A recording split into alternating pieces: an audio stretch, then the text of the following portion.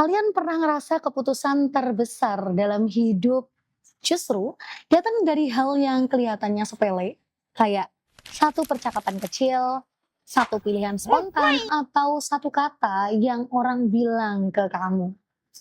Di dunia Harry Potter, keputusan seperti itu datang dari sebuah topi lusuh, Sorting Hat. Tapi ternyata Sorting Hat jauh lebih dari sekedar topi ajaib yang bisa bicara. Kalau kalian pernah nonton Harry Potter, kalian semua pasti tahu fungsi dasar Sorting Hat, yaitu menentukan seseorang itu masuk ke asrama Gryffindor, Slytherin, Ravenclaw, atau Hufflepuff. Tapi jarang orang yang bahas secara dalam bagaimana cara topi ini membaca seseorang dan kenapa keputusan Sorting Hat itu sering banget terasa tepat. Hari ini kita bakal cerita pelan-pelan tentang topi yang kelihatannya sederhana tapi sebenarnya memegang rahasia tentang diri manusia.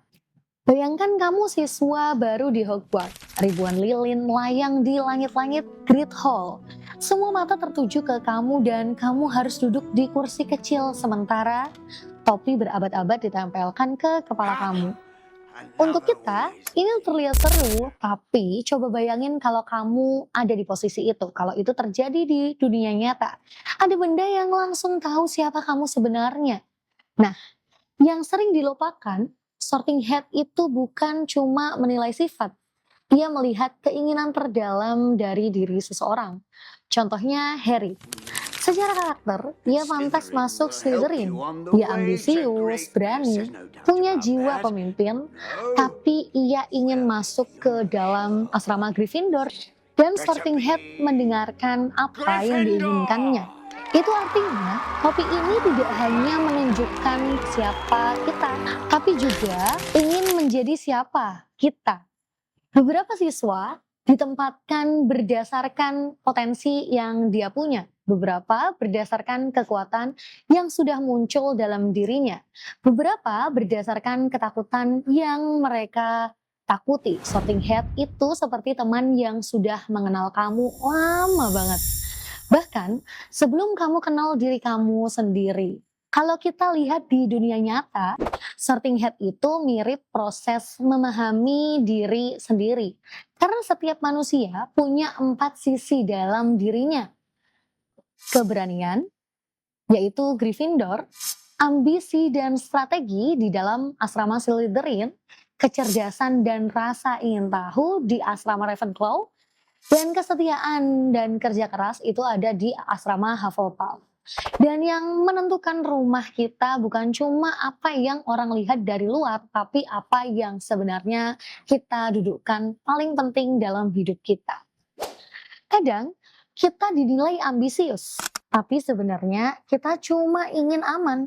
Kadang kita terlihat pemalu, tapi dalam hati kita ingin melangkah lebih jauh. Kadang kita terlihat biasa saja, padahal kita penuh ide. Itulah kenapa Sorting Hat sangat menarik. Ia menegaskan satu hal sederhana. Identitas bukan sesuatu yang kita cari, tapi sesuatu yang kita bangun. Topi ini nggak pernah benar-benar membaca masa depan. Ia hanya memberi kita versi terbaik dari ingin menjadi siapa kita jika kita berani memilih jalan kita sendiri. Jadi, hari ini kita sudah mengobrol bahwa yang pertama Sorting Hat membaca sifat, keinginan dan potensi terdalam dari diri seseorang. Yang kedua, penempatan bukan soal bakat bawaan saja, tapi apa yang ingin kita perjuangkan.